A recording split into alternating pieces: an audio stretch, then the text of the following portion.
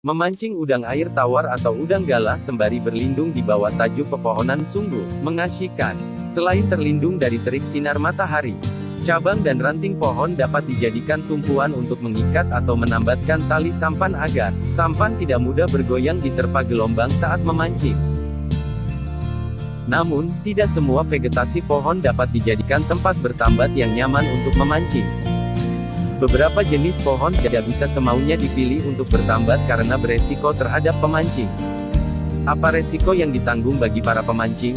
Mari ikuti dan simak liputan perjalanan menyusuri Sungai Kapuas dan anak-anak sungainya.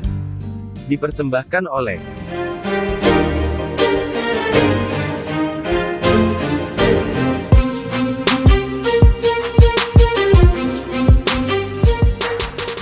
berbagai tumbuhan atau vegetasi di pinggir sungai.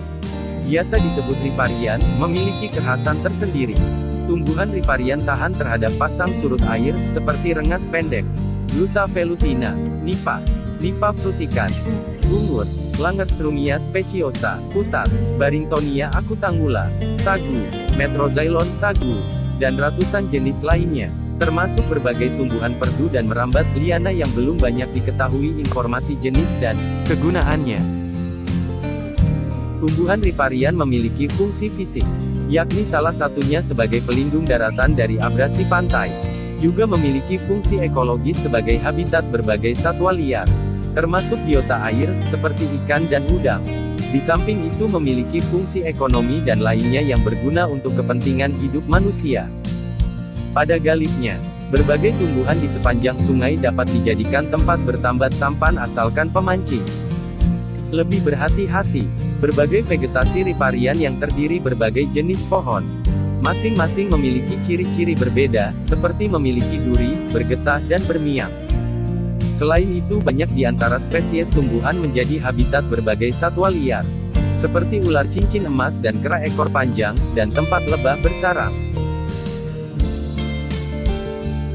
Salah satu tumbuhan riparian, seperti disebut sebelumnya, kerap dijumpai tumbuh di sepanjang sungai yakni rengas pendek, atau masyarakat Dusun Diong, Desa Kuala Mandor A, Kecamatan Kuala Mandor B, biasa menyebutnya rengas bunga atau rengas Tanjung. Di daerah lainnya, seperti masyarakat di Kecamatan Terentang Kabupaten Kuburaya, biasa menyebutnya sebagai rengas pantai dan rengas Tanjung. Sedangkan warga di beberapa desa di sepanjang Sungai Tayan, menyebutnya rengas dan rengas Tanjung. Kendati rengas yang tumbuh di tepian Sungai Tayan memiliki batang lumayan besar dan tinggi, pucuk daun muda dan tua pohon rengas diketahui menjadi makanan bagi mamalia endemik, yakni bekantan atau kera Belanda dengan menyandang nama ilmiah Nasalis lapartus. Di negara tetangga Malaysia dan Brunei Darussalam menyebutnya bangkatan.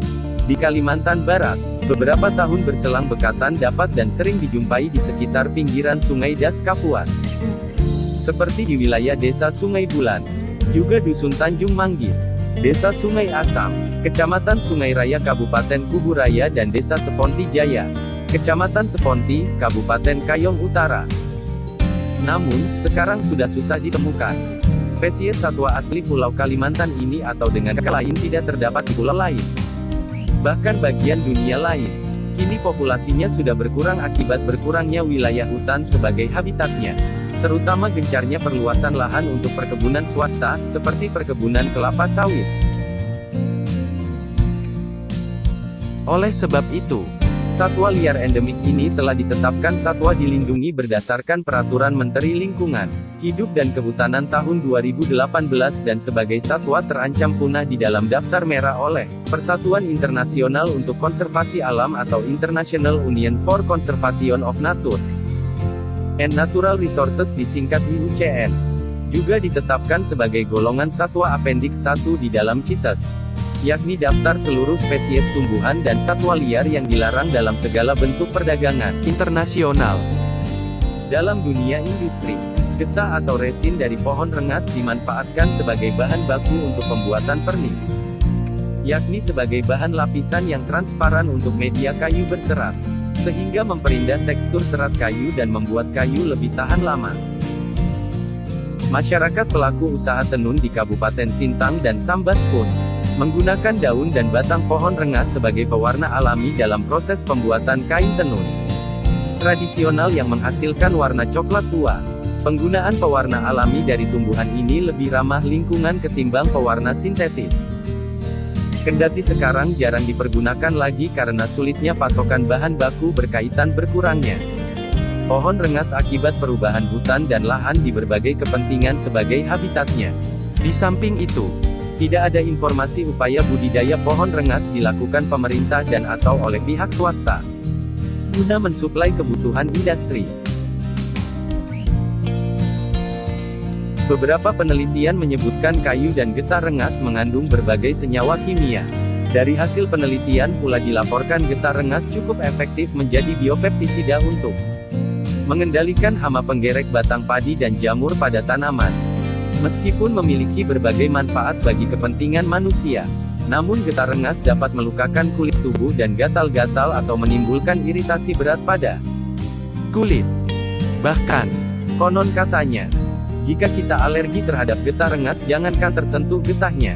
Dekat pohon ini saja tubuh kita sudah merasa gatal-gatal. Apalagi jika terkena tetesan air hujan saat melewati atau berlindung di bawah tajuknya. Begitu dinyatakan seorang narasumber, Yasin, 60 tahun, warga Dusun Kuala Tebang, Desa Melugai, Kecamatan Tayan Hilir, Sanggau.